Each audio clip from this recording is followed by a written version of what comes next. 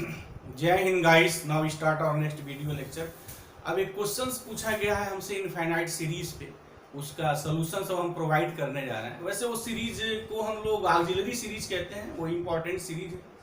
वैसे ऑलरेडी हमने infinite series पढ़ाया हुआ है, बट शायद ये क्वेश्चंस नहीं हुआ है, तो चलते हैं इस क्वेश्चंस को देखते हैं। क्या है question?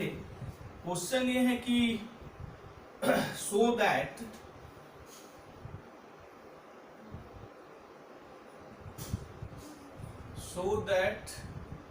the series summation 1 upon n log n raised to the power p। अच्छा, आप कोर्स n यहाँ नेचुरल नंबर है तो n 1 तो लिखेंगे नहीं, क्योंकि 1 लिखने में प्रॉब्लम खड़ी हो जाएगी, ये 0 हो जाएगा log 1।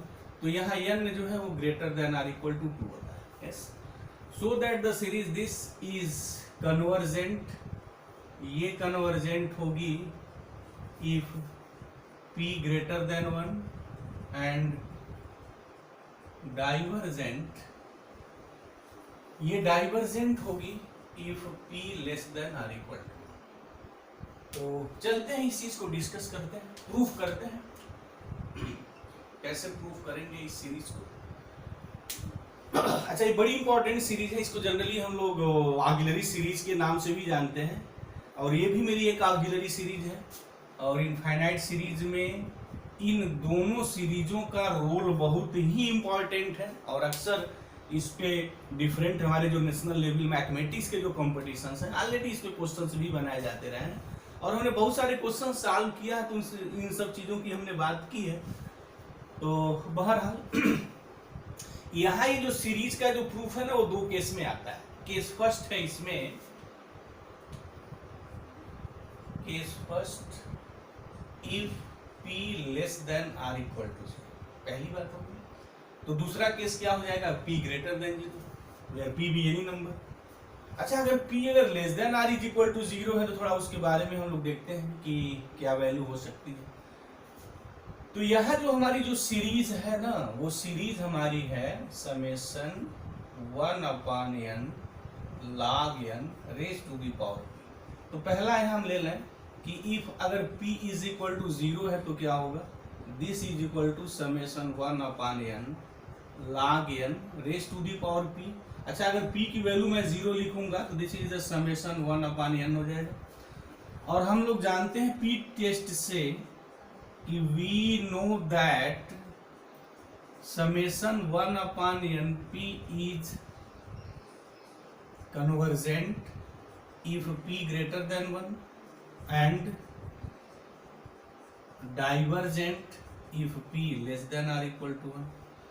मतलब कि अगर p की वैल्यू 1 है या लेस देन 1 है, दिस p लेस देन 1 है या p इज इक्वल टू 1 है, तो ये series, this series is divergent. तो p1 लिखेंगे समेशन 1 अपॉन n, तो सीरीज डाइवर्जेंट हो जाएगी। तो this series is the divergent here, तो ये डाइवर्जेंट हो जाएगी, इसकी मीनिंग हो गई कि this series is the divergent. तो अगर p 0 हो गया तो since summation 1 upon n is divergent, this implies summation 1 upon n log n raise to the power p is what?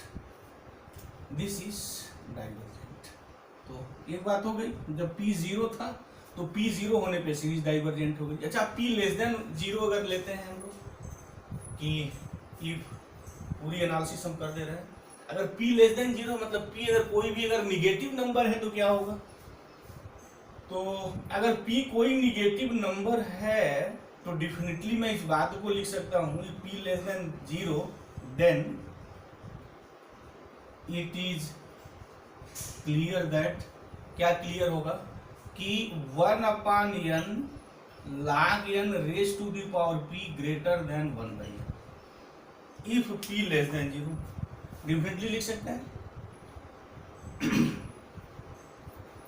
क्योंकि हम कोई भी वैल्यू अगर हम लोग लिखते हैं यहाँ n की, तो इफ p लेस देन 0 तो this inequality always happened here, कोई भी वैल्यू आप लिख के देख लीजिए। अच्छा, यहाँ जो वैल्यू हमारी है वो for all n greater than or equal to 2 के लिए कहा है सीरीज में। तो दिस इम्प्लाइज समेशन 1 अपॉन, अच्छा सब ये पॉजिटिव चीज सब ये पॉजिटिव नंबर्स है, तो पॉजिटिव नंबर्स पे अगर ये इनइक्वालिटी ट्रू है किसी एक के लिए, तो अगर मैं समेशन लगा दूं तब भी वो बात तो मेरी ट्रू होगी। तो summation 1/n log n raise to the power p definitely greater than summation 1/n, ये बात हो गई। अच्छा, अब ये क्या है, दिस सीरीज इज व्हाट, अभी हमने प्रूव किया, already we know that by P test this series is the divergent, और ये जो सीरीज है वो greater than a divergent series. मतलब डाइवर्जेंट सीरीज का मतलब क्या है, अगर समेशन 1/n की वैल्यू निकालें तो इन्फिनिटी आता है, this is the infinity here, और this series is greater than infinity, तो मीनिंग क्या हो गया, definitely the nature of this series is the divergent. तो हमने क्या प्रूव किया कि this implies summation 1/n log n raise to the power p is divergent if p less than 0।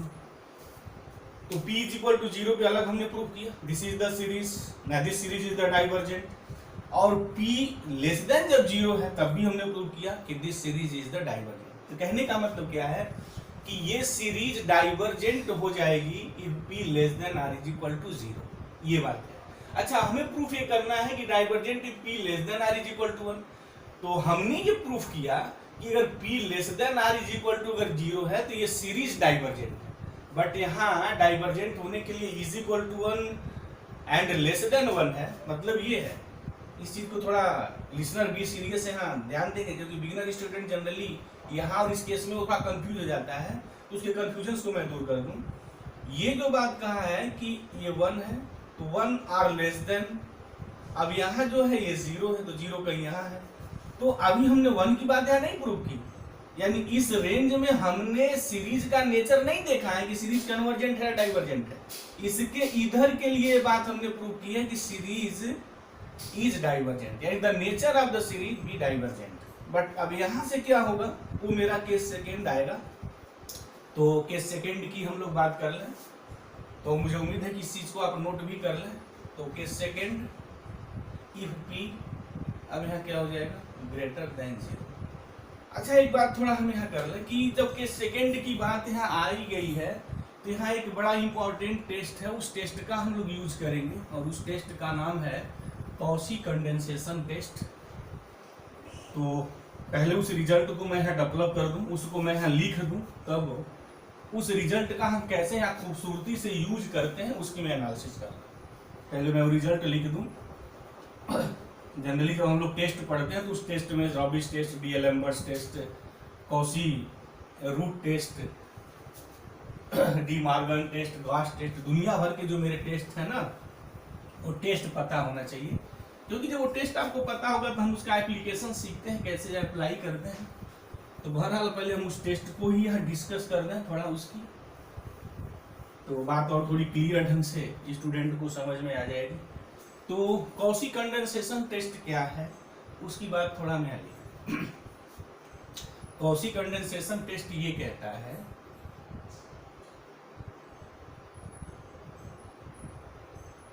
अच्छा, एक बात, अगर एग्जाम में आप कोई चीज लिख रहे हैं तो ये आपको लिखना पड़ेगा बाय कॉची कंडेंसेशन टेस्ट, और ये कोई जरूरी नहीं है कुछ टेस्ट की पूरी आप एनालिसिस लिखें, नो नीड, बट आप जिसके सहारे कह रहे हैं कि ये सीरीज कन्वर्जेंट है ना डाइवर्जेंट है, उस टेस्ट का नाम लिखना पड़ेगा, क्योंकि अपने तो आप प्रूफ नहीं कर रहे हैं, उस टेस्ट के सहारे कह रहे हैं कि ये सीरीज कन्वर्जेंट है डाइवर्जेंट है।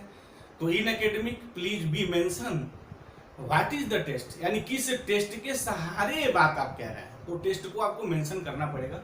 बहरहाल इसका थोड़ा हम एनालिसिस कर दें। कॉची कंडेंसेशन टेस्ट क्या है, वो ये है कि if f of n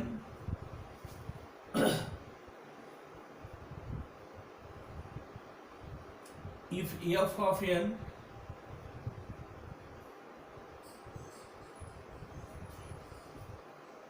be positive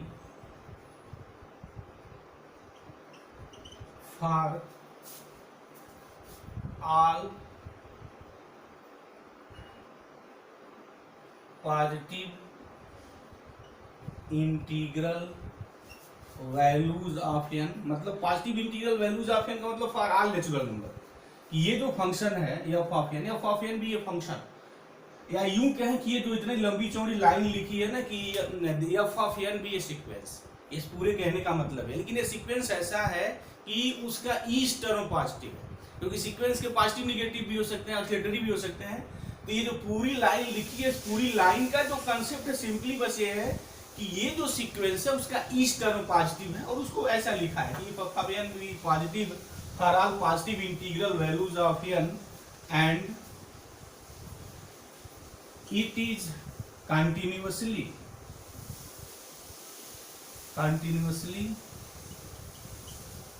decreasing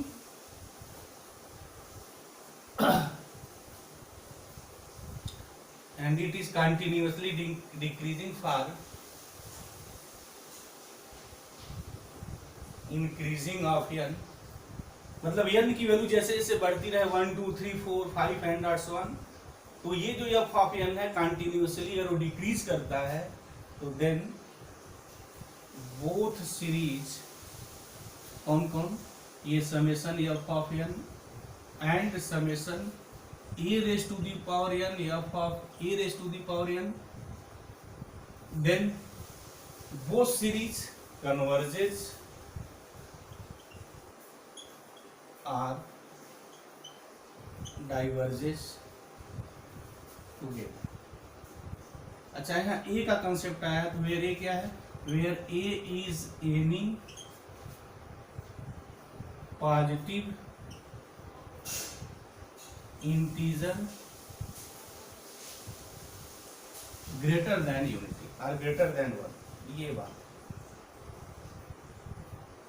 greater than unity, कोई भी पॉजिटिव इंटीजर है जो 1 से बड़ा है, यानी नेचुरल नंबर जो 1 से बड़ा है, कहने का हमारा मतलब क्या है।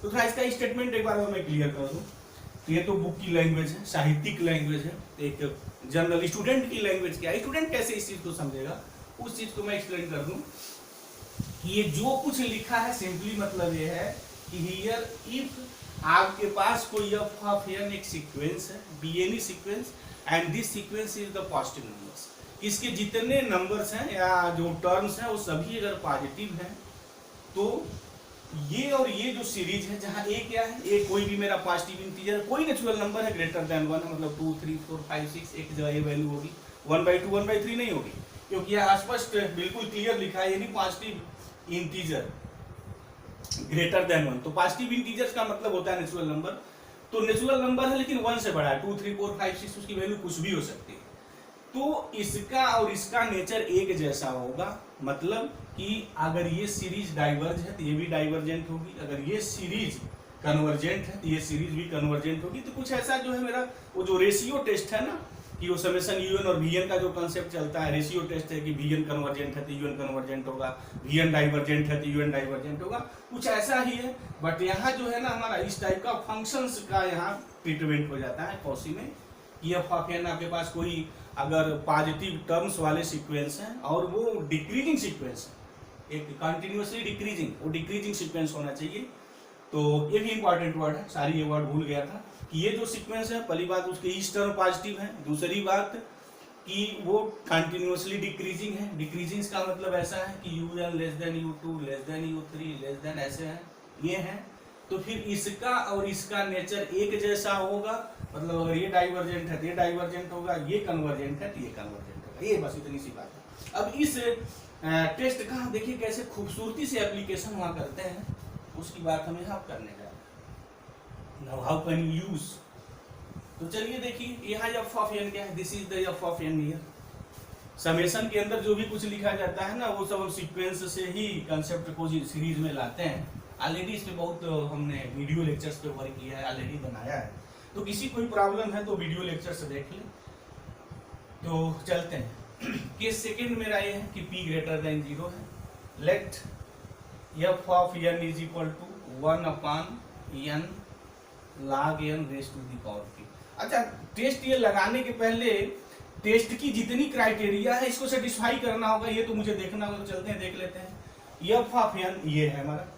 अच्छा, f ऑफ n क्या है, पहली बात ये कि वो पॉजिटिव होना चाहिए, तो चलिए यहाँ लेकिन ये लिख देना for all n greater than or equal to 2 के लिए, तो पॉजिटिव है, ये नेचुरल नंबर है, डेफिनेटली पॉजिटिव है। अच्छा अगर n की वैल्यू अगर 2 से बड़ी आप लिखेंगे तो लाख 2 से लाख 3 लाख 4 ये सब पॉजिटिव होता है। अच्छा p ग्रेटर देन है ये भी पॉजिटिव है, तो पॉजिटिव की अगर पावर निकालेंगे तो पॉजिटिव और n ऑलरेडी पॉजिटिव है, तो product of two positive number is a positive. तो बात बिल्कुल क्लियर हो गई कि पॉजिटिव है। और जैसे जैसे n इंक्रीज करे कंटिन्यूअसली डिक्रीजिंग होना चाहिए, तो देख लीजिए डिक्रीजिंग है या नहीं। तो उसके लिए तो फैसला common sense of the mathematics कोई बड़ी चीज नहीं है, बट मैं निकाल दे रहा हूँ। एफ ऑफ 2 क्या होगा, क्योंकि 2 से बात शुरू होगी, 1/2 log यहाँ 2 हो जाएगा ये p।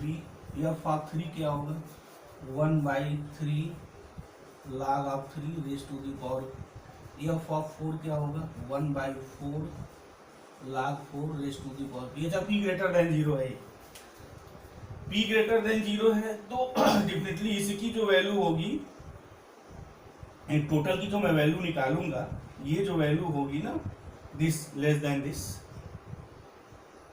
And this less than this. कहने का मतलब क्या है कि ये वैल्यू ऐसी है हमारी, एफ ऑफ जो 2 है लेस देन एफ ऑफ 3 है, लेस देन एफ ऑफ 4 है, less than and that's one. तो ये कंटिन्यूअसली मेरा डिक्रीजिंग हो गया, यानी ये जो फंक्शन, ये जो सीक्वेंस का नेचर है वो डिक्रीजिंग का है। This is the decreasing sequence. तो ये तो बात हो गई। अब दूसरी बात है कि ये कोई मैं नंबर ले लूं जो ग्रेटर देन 1 है, ये वैल्यू निकाल लूं, उसके बाद हम देखते हैं क्या वैल्यू हो रही है। तो बिल्कुल पता है ना, 2 log 2 raise to the power p and p greater than 0। जब आप करेंगे p ग्रेटर देन 0 कोई भी नंबर लिखेंगे तो ये जो वैल्यू आएगी this less than this, right. अच्छा ये जो वैल्यू आएगी लेस देन दिस, तो बात बिल्कुल क्लियर हो गई, क्योंकि ये वैल्यू जो होगी, ये वैल्यू जो होगी इससे बड़ी होगी। अच्छा बड़ी, अभी मुझे इसकी एनालिसिस करने की ये जरूरत नहीं है इस रिदम की, क्योंकि ये तो दिस इज द हमें common sense of the mathematics, एक स्कूल स्तर की बात, इजीली आप इसको समझ सकते हैं। तो हमारे कहने का मतलब क्या है कि ये जो मैंने एफ ऑफ एन लिया है, कौशी की क्राइटेरिया को सेटिस्फाई करता है, बिल्कुल सेटिस्फाई करता है। ये सीक्वेंस है, अच्छा इसके ईच टर्म पॉजिटिव है और जो सीक्वेंस है वो डिक्रीज कर रहा है, पूरी बात हो गई। अच्छा इसकी और इसकी मैं बात अब करने जा रहा हूँ, तो चलिए यहाँ देख लीजिए। अब मैं निकालूंगा यहाँ summation a raise to the power n f of a raise to the power n, क्या होगा। तो चलिए ये हो गया summation a raise to the power n इनटू, अच्छा f of a raise to the power n क्या होगा, यहाँ n के जगह a raise to the power n लिखिए तो क्या आएगा, ये आएगा 1/a raise to the power n, ये हो गया log दिस। अच्छा इस n के जगह हमें क्या लिखना है, a raise to the power n लिखना है, तो फिर ये हो जाएगा a raise to the power n और total raise to the power p। अच्छा ये और ये तो कैंसिल हो जाएगा, तो इसकी जो वैल्यू होगी वो ये होगी summation 1/log of a raise to the power n और total raise to the power p हो जाएगा। अब सबको पता है अगर n है तो यहाँ क्या आता है, this is the common sense of the mathematics. तो समेसन 1/log ऑफ, यहाँ आ जाएगा, ये हो जाएगा n log a raise to the power p। अच्छा अब मैं अगर इसको सॉल्व कर लूँ तो this is the summation 1/n raise to the power p और log a raise to the power p, ये बात हो गई। अब मैं इसको थोड़ा और यहाँ कायदे से लिख दूँगा, अब मैं इसको डिलीट कर दूँ, बात चीज़ें आ जाएंगी वहाँ। तो चलिए अभी मैं क्वेश्चंस को रहने दूँ, अब इस चीज़ को मैं डिलीट कर दूँ। मुझे उम्मीद है कि ये टेस्ट नोट कर लिए होंगे और ये ध्यान भी रहना चाहिए। बस हम सीधे वो टेस्ट का नाम भर लिखेंगे, उसकी एनालिसिस नहीं लिखी जाती है।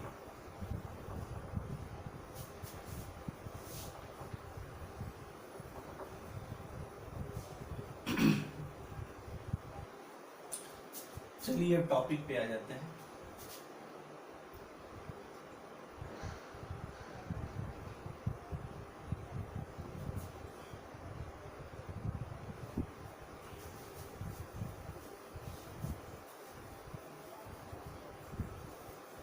तो फाइनली p ग्रेटर देन 0 के लिए हम लोगों ने क्या निकाला, इसकी वैल्यू हम लोगों ने ये निकाला कि summation a raise to the power n f of a raise to the power n is equal to summation 1/np into log a raise to the power.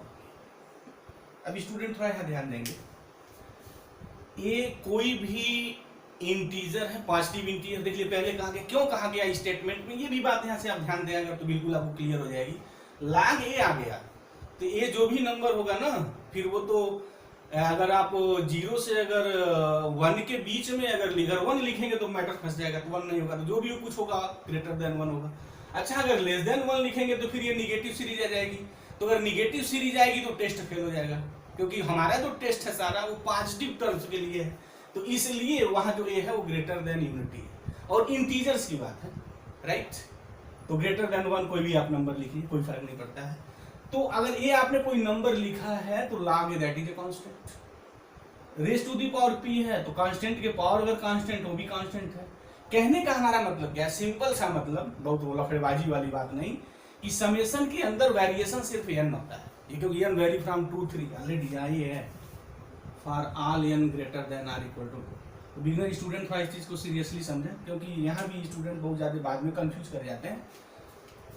Summation के अंदर जो भी कुछ लिखा जाता है सीरीज के सेंस में, अगर अदरवाइज वो स्टेटेड नहीं है, कहा नहीं गया है, तो हमेशा वहाँ n वेरिएशन होता है। n के अलावा जो भी कुछ समेशन के अंदर लिखा वो सारी चीज कांस्टेंट है, तो उसको कांस्टेंट को समेशन के बाहर आप खींच लीजिए। तो कहने का मतलब क्या है कि यहाँ n कहाँ नहीं है, इस टर्म में पूरे में n नहीं है, तो दिस इज ए कांस्टेंट। तो अगर ये कांस्टेंट है तो समेशन को बाहर करिए, तो 1 upon log a raise to the power p और समेशन 1 अपॉन np। ओहो, अब आ गया। तो अब मुझे पता करना है कि ये सीरीज कन्वर्जेंट है डाइवर्जेंट है, और टेस्ट ये कहता है कि दोनों सीरीज का नेचर एक जैसा होगा। अगर एक डाइवर्जेंट करता है तो दूसरा भी डाइवर्जेंट हो जाएगा, एक कन्वर्ज करता है दूसरा भी कन्वर्ज कर जाएगा। अब यहाँ कितना खूबसूरती से रिजल्ट आया ना, ये समेशन पी टेस्ट का NP इज कन्वर्जेंट। कब कन्वर्जेंट होगा, इफ p ग्रेटर देन 1 है। अच्छा, ये डाइवर्जेंट कब होगा, if p less than or is equal to, right। तो मीनिंग क्या हो गई कि ये this implies using this concept here, तो क्या कहेंगे, summation 1 upon an f of an this is convergent। ये convergent कब है, if p greater than this, and it is a divergent कब, if p greater than or equal to। और अभी हमने कहा कि समेशन f ऑफ n और ये इन दोनों का नेचर एक जैसा होगा, कि ये जैसा होगा ये ऐसा हो जाएगा। तो अब यहाँ इस चीज को लिखेंगे, मेंशन करेंगे एकेडमिक में, बाई कॉशी कंडेंसेशन टेस्ट। क्या लिखेंगे, what, summation f of n is convergent. अच्छा, समेशन f ऑफ n का मतलब क्या है, वही समेशन 1 अपॉन जो लिखा आपने n log n raise to the power p is convergent if p greater than 1। अच्छा, और ये डाइवर्जेंट है कब है भाई, इफ p लेस देन और is equal to 1। Hence this is the complete proof of this question. लेकिन अभी भी अगर कहीं प्रॉब्लम इसके प्रूफ में रही है किसी वर्ड्स में, तो आप कमेंट करिए, कमेंट बॉक्स में जाइए, हम उसका बखूबी जवाब देंगे। मुझे उम्मीद है कि इस क्वेश्चन के पीछे जो भी लॉजिक और कंसेप्ट रहा होगा बिल्कुल क्लियर हो गया होगा। तो thank you very much guys.